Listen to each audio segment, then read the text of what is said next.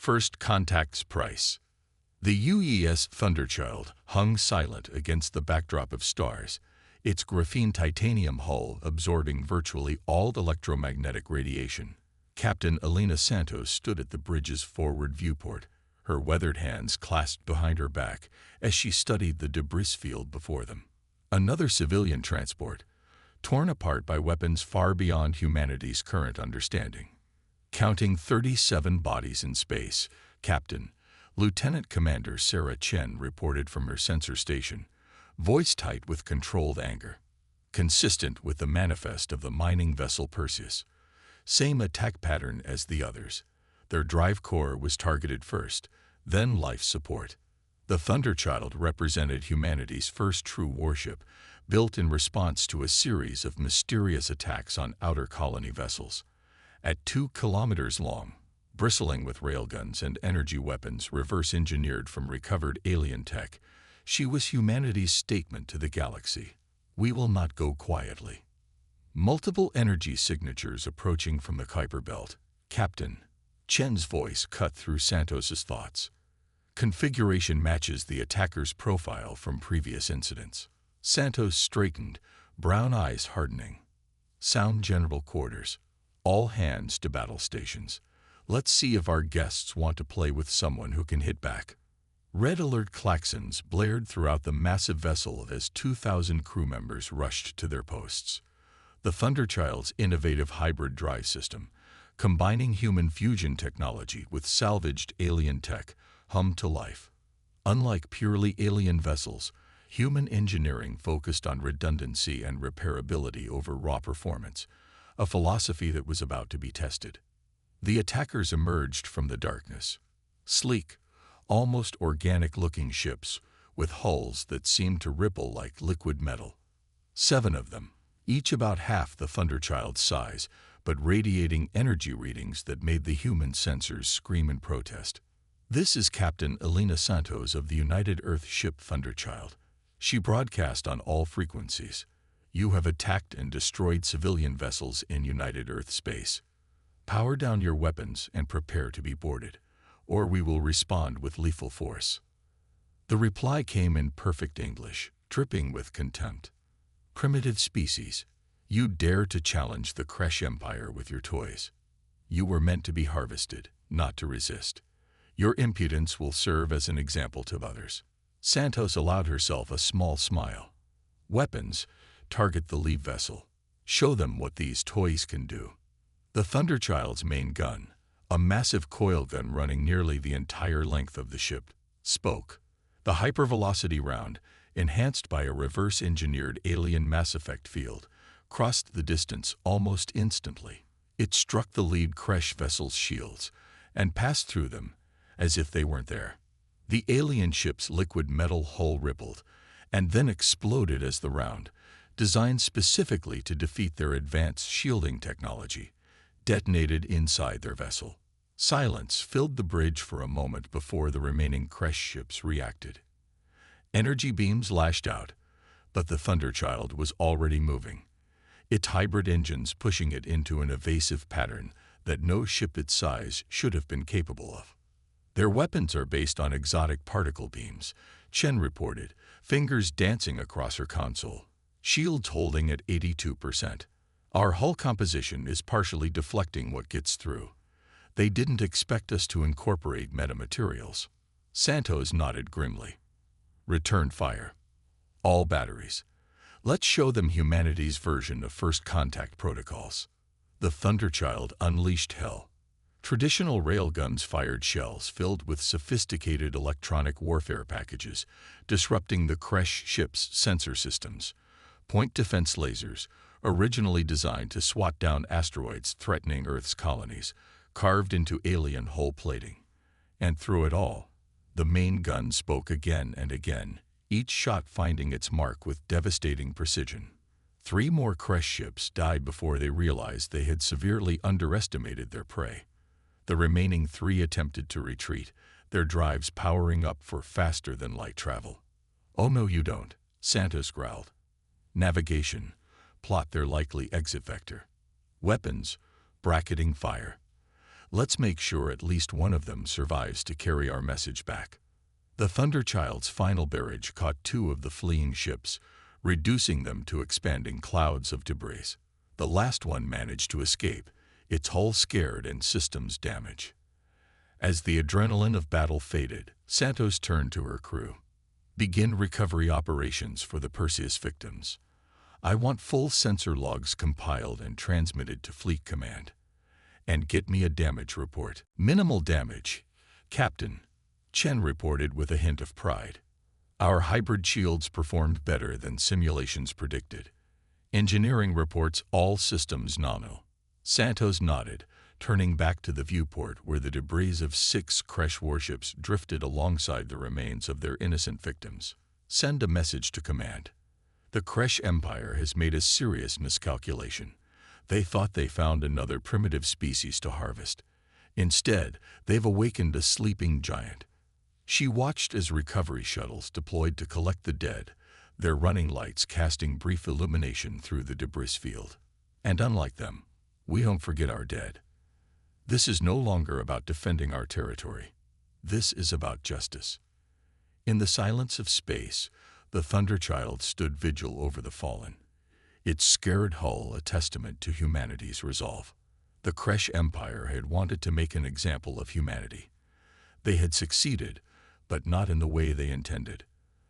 The galaxy was about to learn that humanity's greatest strength wasn't their technology or their weapons. It was their determination to stand against any threat to their people, no matter the odds. The first battle was over. The war was just beginning. The weight of steel, 3 weeks after the first engagement with the Kresh Empire. The UES Thunderchild prowled through the Arcturus sector, escorting a convoy of civilian ships. Each vessel carried thousands of refugees, not just humans, but members of other species who had suffered under Kresh dominion. Captain Santos watched the tactical display as her ship maintained its protective position. The refugee fleet stretched out behind them like a string of pearls in the void. 14 vessels of various sizes and origins, all running on minimal power to avoid detection. Status report on the anomaly, Commander Chen. Santos asked, referring to the strange energy readings they'd been tracking for the past hour. Chen frowned at her sensor displays. Still inconclusive, Captain. It's not matching any known Kresh signatures, but it's definitely artificial. Whatever it is, it's big and trying very hard not to be noticed. The past weeks had revealed that the Kresh Empire wasn't just another aggressive species. They were systematic conquerors who had subjugated dozens of civilizations. Their attack on human colonies had been just another expansion of their territory. But they hadn't expected humanity to fight back so effectively, nor to start helping their other victims escape. New contact. Chen's voice cut through the bridge's tension. Multiple signatures emerging from FTL, Kresh configuration, heavy warships. They're on an intercept course. Santos straightened in her command chair. Sound battle stations. Send the emergency signal to the convoy. Execute contingency pattern Delta. Lieutenant Park, bring us about. We're going to buy them time. The Thunderchild's engines flared as the massive warship moved to place itself between the convoy and the approaching Kresh fleet. The refugee ships scattered in a pre-planned pattern, each taking a different vector away from the threat. 8 Kresh dreadnoughts, Chen reported. They've learned from last time.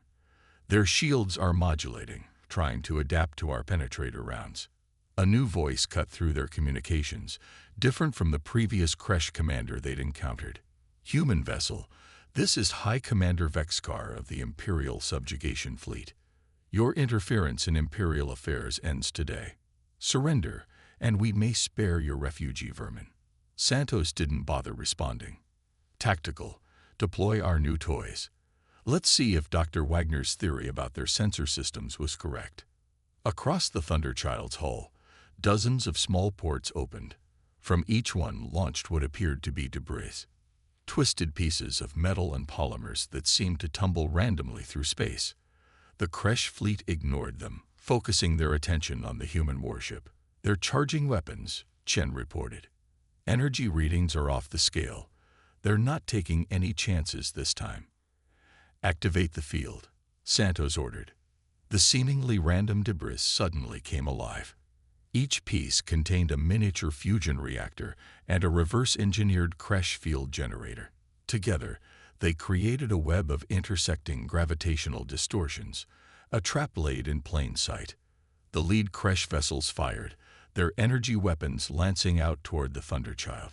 But as the beams passed through the debris field, they bent and twisted, their coherency disrupted by the artificial gravity well.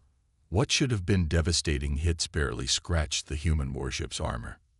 "Field is holding," Chen reported with satisfaction. "Their targeting systems are trying to compensate, but they can't get a clean lock through the distortions." Santos allowed herself a thin smile. "Return fire. Show them what we learned from our last dance." The Thunderchild's main gun spoke, but this time the rounds were different.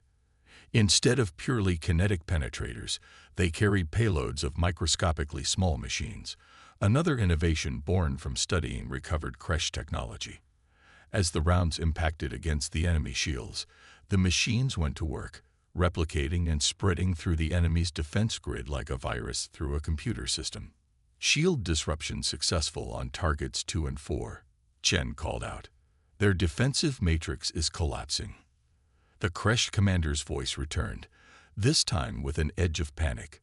"What are you doing? These tactics. This is impossible. You're too primitive to understand these technologies, let alone improve upon them." "That's humanity's secret, Commander," Santos replied, finally breaking mere silence. "We don't just use technology. We understand it, improve it, and most importantly, we share it with those you've oppressed. Every ship you've destroyed, every colony you've ravaged has taught us something new about how to defeat you." The battle that followed wasn't the one-sided slaughter the Kresh had expected. The Thunderchild danced through their formation, its hybrid drive allowing it to make turns that should have torn a ship its size apart. Its weapons found weak points that shouldn't have existed, exploiting vulnerabilities that the Kresh had never thought to protect against because no primitive species should have been able to detect them. 3 Kresh dreadnoughts died in the first 5 minutes. 2 more fell in the next 10. The survivors, their supposedly impenetrable shields failing and their weapons unable to land solid hits through the gravitational web, finally broke formation and retreated. As the last enemy ships disappeared into FTL, Santos turned to her crew. "Damage report. Minor hull breaches on decks 12 through 15 already sealed," Chen reported. "No casualties. Engineering reports all systems functional, though we'll need to recalibrate the main gun after that sustained fire." Santos nodded, checking the tactical display. The refugee convoy had successfully escaped during the battle, each ship heading for a different safe harbor. "Send word to command. The Kresh aren't invincible. They're just used to fighting enemies who don't understand their technology. That advantage is gone now." As the Thunderchild moved to rendezvous with the scattered convoy, Santos reflected on how quickly humanity had adapted to this new reality. In just weeks, they had gone from victims to defenders, from targets to hunters. The Kresh Empire had ruled through fear and technological superiority for centuries, but they had never faced an enemy quite like humanity, an enemy that didn't just fight back, but learned, adapted, and improved. The weight of steel wasn't just in the Thunderchild's massive hull or its powerful weapons. It was in the responsibility humanity had taken upon itself to stand not just for their own survival, but for all those who had suffered under Kresh dominion. The war was far from over, but with each battle, the balance of power shifted a little more. And in the depths of space, word began to spread. Hope had a new name, and it was human. Impossible odds.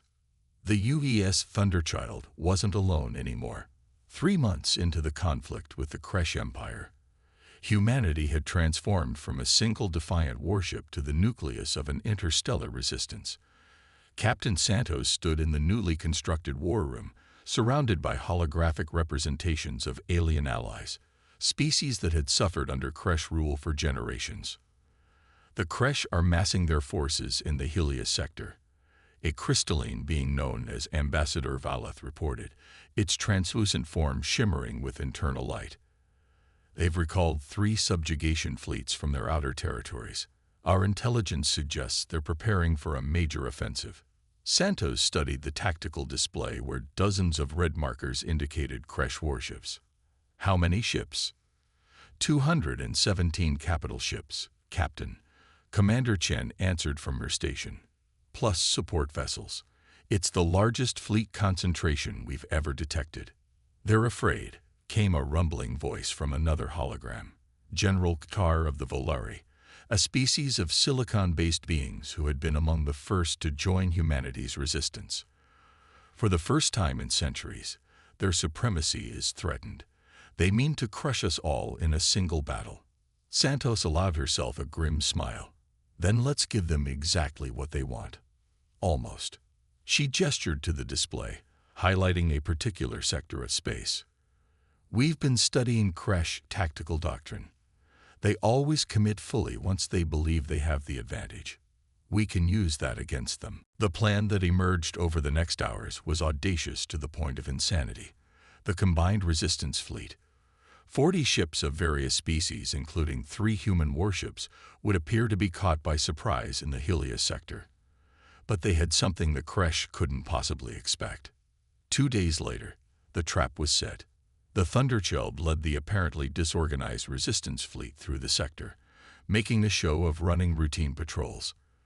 When the Kresh fleet arrived in perfect attack formation, their commanders must have thought victory was assured. All ships reporting ready, Captain, Chen announced as the massive Kresh armada bore down on them. Quantum entanglement network is stable. This was humanity's secret weapon, not a new gun or shield, but a way of linking ships together at the quantum level, allowing for instant communication and coordination regardless of distance or enemy jamming. It had taken the combined expertise of 6 different species to perfect, each contributing unique insights that made the impossible possible. Send the signal, Santos ordered. Let's show them what real cooperation looks like. The resistance fleet scattered, each ship seeming to flee in panic. The Kresh fleet split up to pursue, exactly as predicted. That's when the trap was sprung. From nearby star's corona, a dozen Volari ships emerged, their crystalline hulls channeling the star's energy into devastating plasma weapons. From the system's asteroid belt, previously hidden Centauri vessels activated their phase drives, appearing inside the Kresh formation. And from supposedly empty space, 3 more human warships dropped their quantum stealth fields, their guns already tracking targets. The Kresh found themselves caught in a 3-dimensional web of crossfire. Their superior numbers meant nothing when every resistance ship could coordinate perfectly through the quantum network, each vessel moving and firing as part of a single organism. Target their command ships, Santos ordered as the Thunderchild dove into the fray. Without central coordination, their numerical advantage becomes a liability. The battle that followed would be studied in war colleges for centuries to come. The Kresh fought with all their technological might, but they faced an enemy that had learned to combine the strengths of a dozen different species.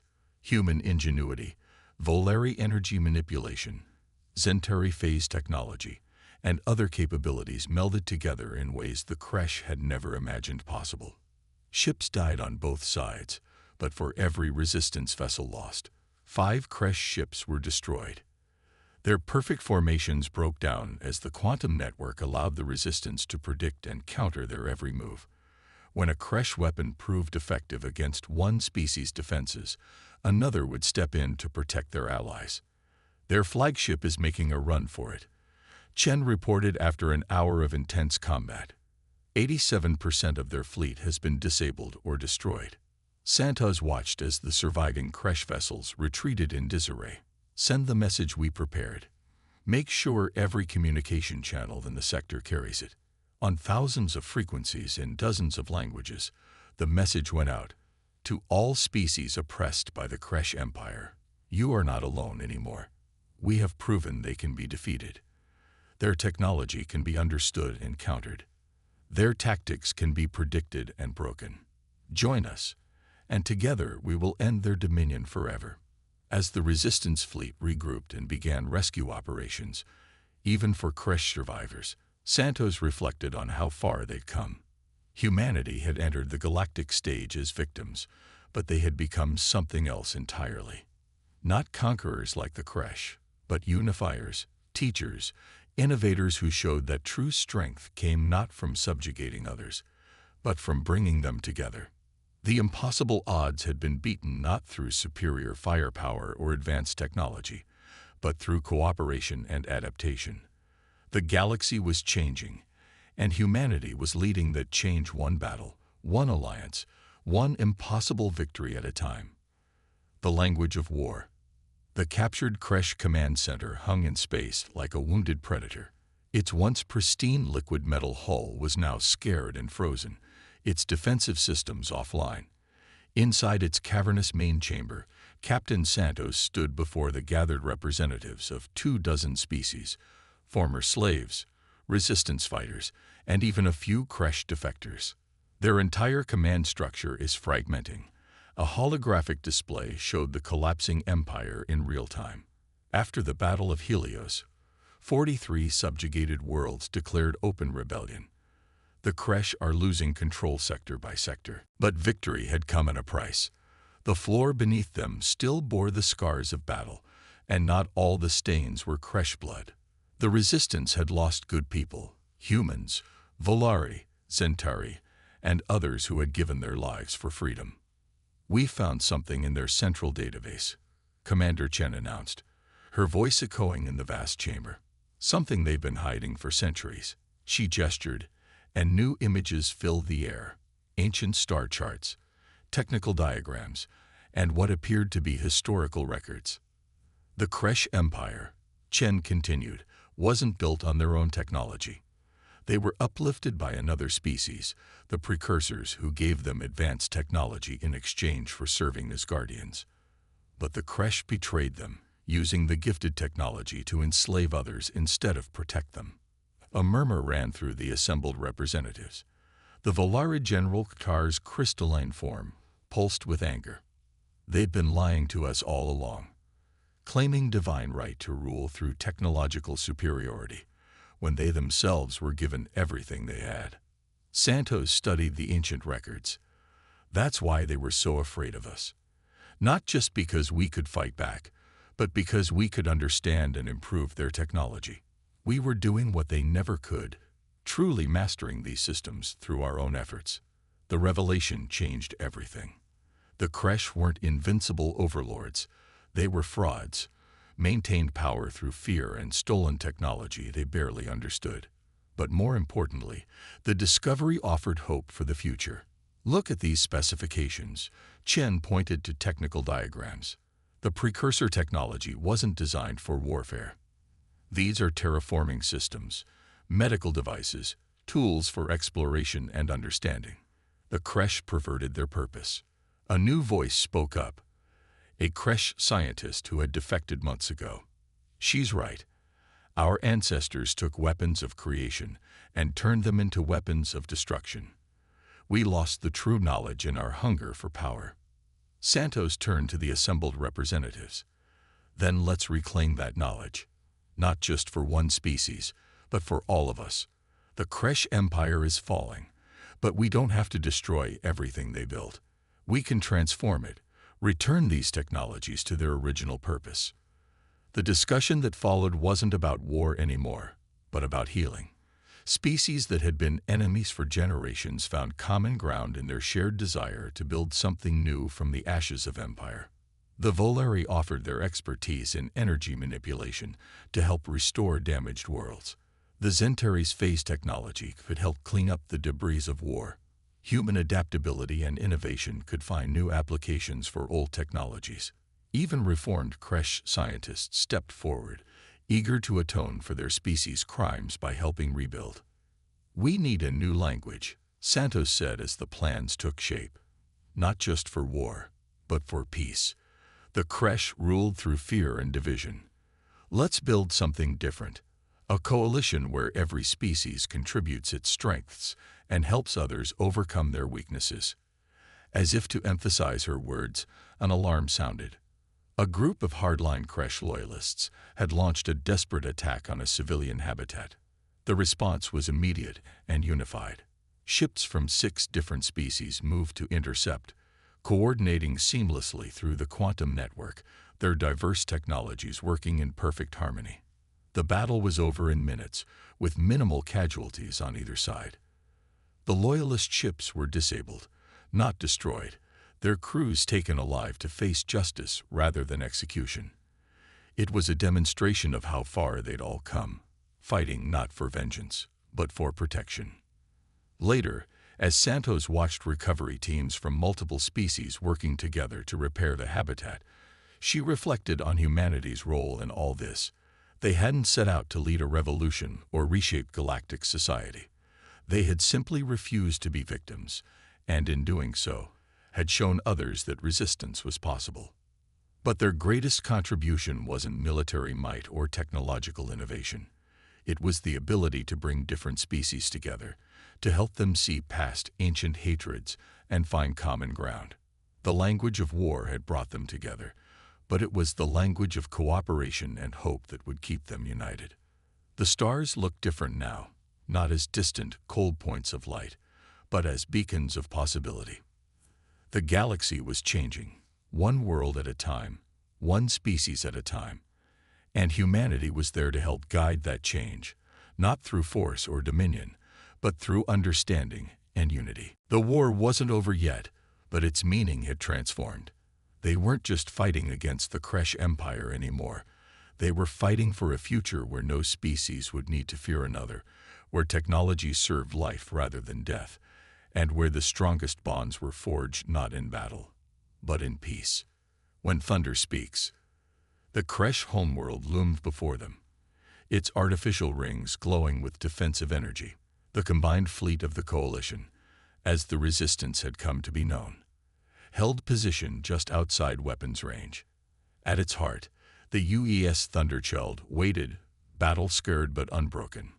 Captain Santos stood at her familiar position on the bridge, but the ship around her had changed. Integrated technology from a dozen species had transformed the Thunderchild into something unprecedented, a symbol of what cooperation could achieve.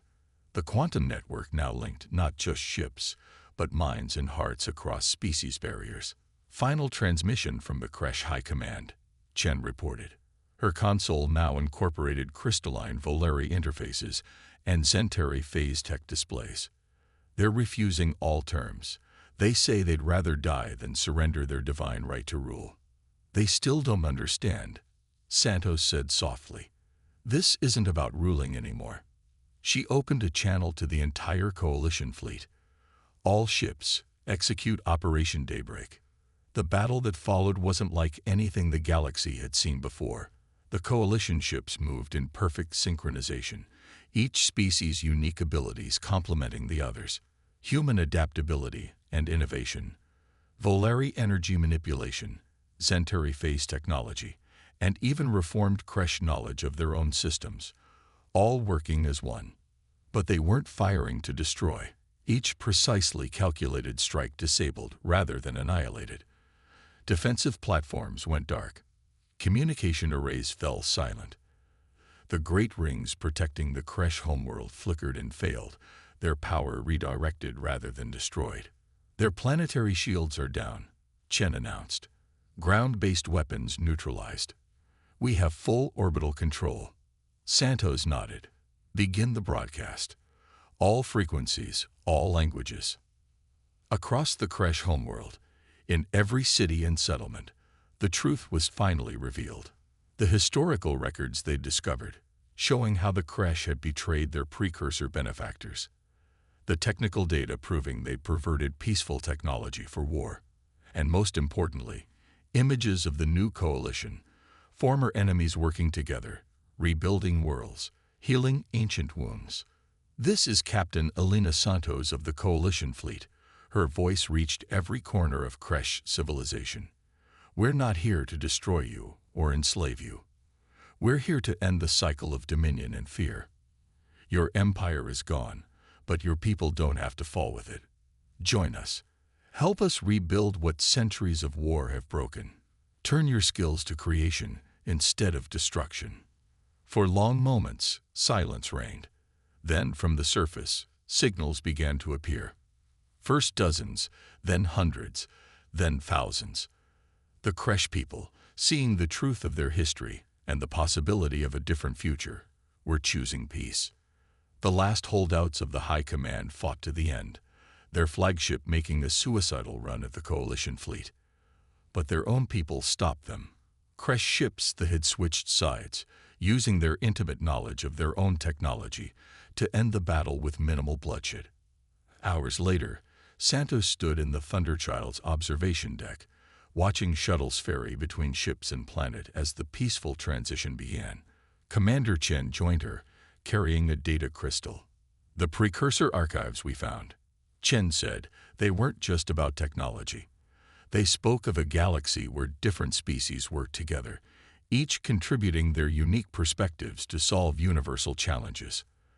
The Kresh forgot that vision, but we've rediscovered it." Santos smiled. "Not just rediscovered, improved upon it. The precursors tried to guide species from above. We've shown that true strength comes from lifting each other up." The quantum network hummed with activity as a new galactic society took shape. Former slaves becoming teachers, warriors becoming builders, oppressors learning to cooperate instead of command. The Thunderchild's journey had started with humanity standing alone against impossible odds. It ended with humanity showing the galaxy a new way forward. "There's so much to do," Chen mused, looking at the countless stars beyond the Kresh system. "So many worlds to heal, so much knowledge to reclaim." "That's why we came to the stars," Santos replied. "Not to conquer or rule, but to explore and understand." The Kresh thought strength meant standing above others. We showed them, and the galaxy, that true strength comes from standing together. The Thunderchild's engines powered up, preparing to lead the coalition fleet to their next mission. Not one of war, but of peace. The ship that had first taught the galaxy that humanity wouldn't bow to tyranny now carried a different lesson. That the greatest victories aren't won through force of arms, but through the power of unity. As they broke orbit, Santos looked one last time at the Kresh homeworld, where lights of reconstruction already sparkled across the night side. The thunder of war had spoken its final word, and in its wake came something greater. The quiet strength of species working together to build a future worthy of all their dreams. Beyond the viewport, the galaxy waited, not as a battlefield to be conquered, but as a frontier to be explored by all species together. Humanity had arrived on the galactic stage as victims, evolved into warriors, and emerged as teachers and unifiers. The greatest adventure, building a peaceful future together, was just beginning.